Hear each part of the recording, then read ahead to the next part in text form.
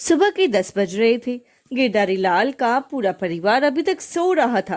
तभी अचानक घर की मुखिया गिरधारी लाल की नींद खुली। उन्होंने घड़ी में देखा तो 10 बज रहे थे। अरे बाप रे, आज तो मेरी बेटे की शादी है। आज उठने में इतनी लेट कैसे हो गई। तभी गिरधारी लाल ने देखा कि उनकी बगल में उनकी पत्नी लीलावती अभी तक सो रही थी। बाहर निकलकर देखा तो उसका बेटा भी सो रहा था। पहले तो गिरधारी लाल ने अपने बेटे को आवाज लगाई, अरे सोनू बेटा उठ जा, 10 बज गए। अरे जल्दी उठ, आज तो तेरी शादी है। अपनी शादी की बात सुनकर सोनू की आंखें तुरंत खुल गई। उठकर जल्दी जल्दी तैयार होने लगा। अरे बाप रे, रोज की तरह आज भी 10 बज गई। आज तो मेरी शादी है। उठ जा वरना अपने दोस्तों को क्या मुंह दिखाएगा। सोनू को उठता देख गिरधारी लाल को थोड़ा सुकून हुआ। उसके बाद अपने कमरे में गया और अपनी बीवी को जगाया। अरे लीलावती, जल्दी उठो, आज तुम्हारे बेटे की शादी है और तुम अभी तक सो रही हो। अभी तो सिर्फ 10 बजे हैं। हम लोग तो 11 बजे सोकर उठते हैं ना। आज 1 घंटा पहले ही जगा दिया आपने। खैर, आज बेटे की शादी है तो जल्दी उठना बनता है। थैंक यू सो मच जल्दी जगाने के लिए। जब लोग जल्दी जल्दी तैयार होकर शाम को बारात लेकर दुल्हन को लेने निकल गए।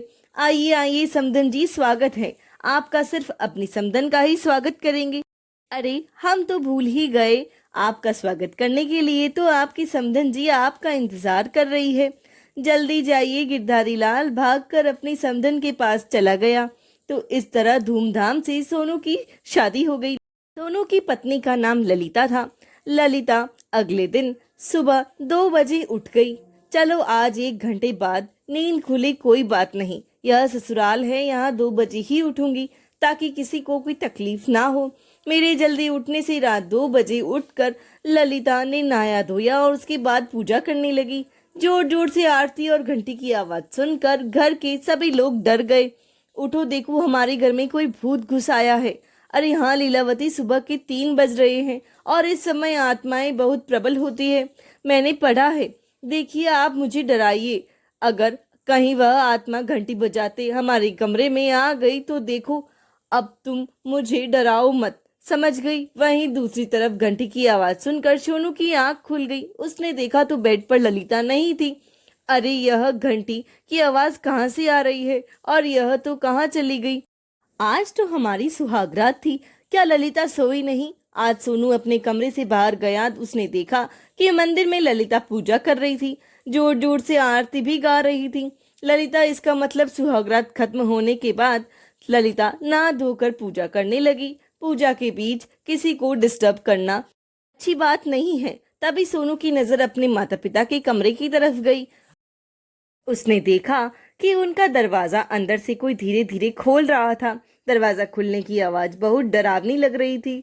ये क्या हो रहा है, जाकर देखता हूँ। सोनू भागकर अपने माता पिता के कमरे के पास गया। उसने पूरा दरवाजा अंदर की तरफ खोला, जिससे डर कर गिरधारी लाल और लीलावती बहुत जोर से चीखने लगे, भूत आया, भूत आया, भागो भागो।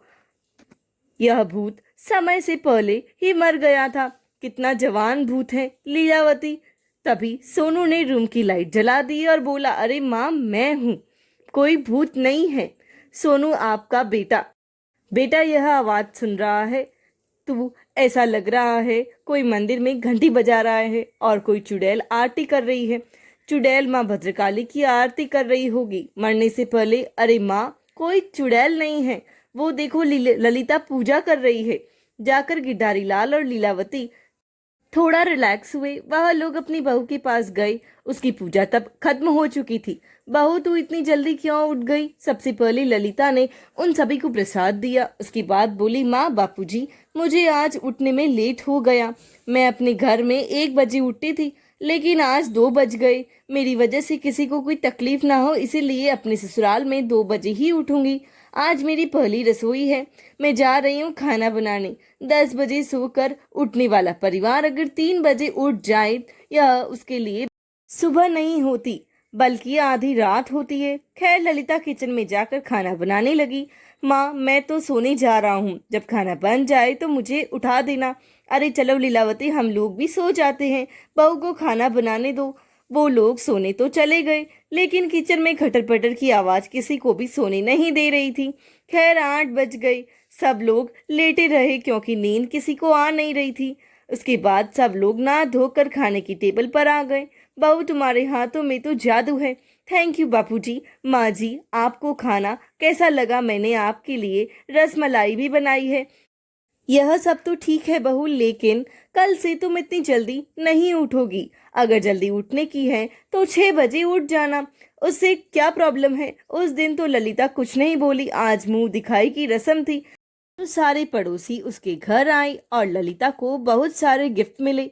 सभी ने ललिता की बहुत तारीफ की, लेकिन अगली सुबह जैसे ही 2 बजे फिर से मंदिर की घंटियां और आरती की आवाज ने पूरे घर को जगा दिया। अरे उठो, तुम्हारे खर्राटे बंद नहीं होते और बहू का सुबह 2 बजे उठना बंद नहीं होता।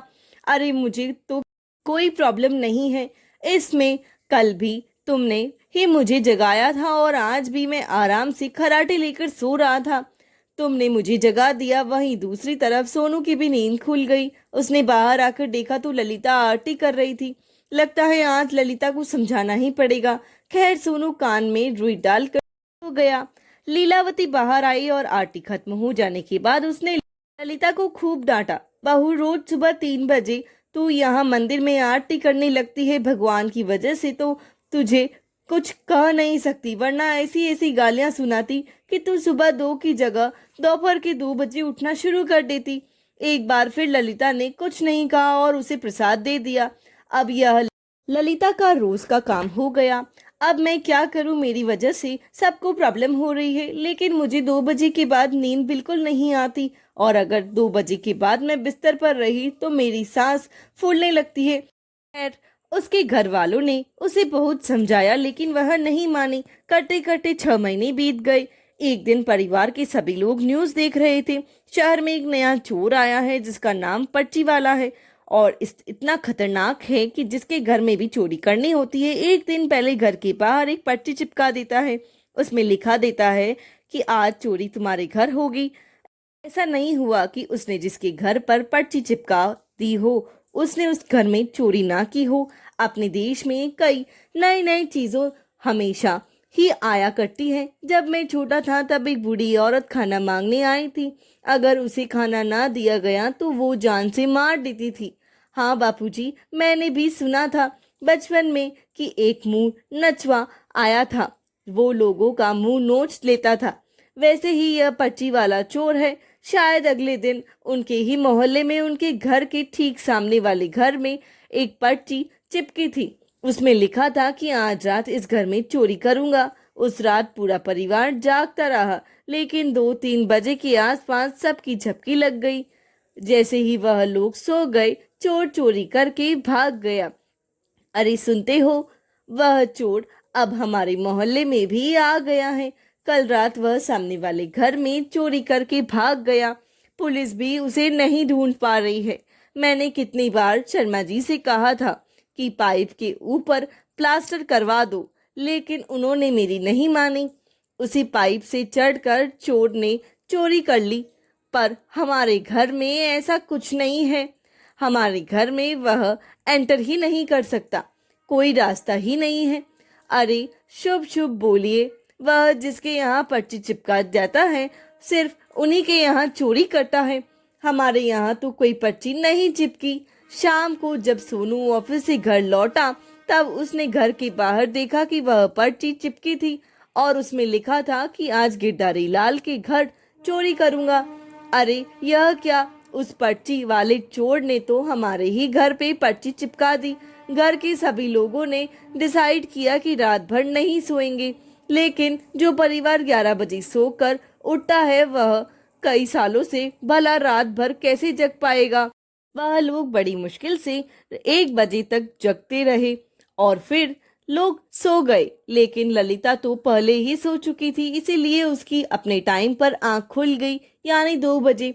सिर्फ नहा धो लेती हूँ और आज मैं पूजा 6 बजे के बाद ही करूंगी, वरना सब लोग परेशान हो जाएंगे।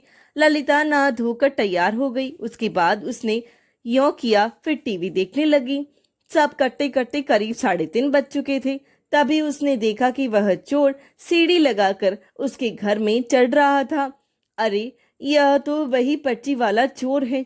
शायद यह तो सीढ़ी लगाकर ऊपर ही आ रहा है। अगर मैं सबको जगाऊंगी तो सब लोग परेशान हो जाएंगे। वैसे भी मेरे जल्दी उठने से सबको दिक्कत होती है, मुझे ही कुछ करना होगा। चोर आधी सीढ़ी ही चढ़ पाया था कि तभी ललिता पीछे से आई और सीढ़ी को उसने गिरा दिया। गिरने की आवाज सुनकर पड़ोस के कुछ लोग वहां पर आ गए और चोर को पकड़ लिया। पड़ोसियों ने उसी समय पुलिस को बुलाया और चोर को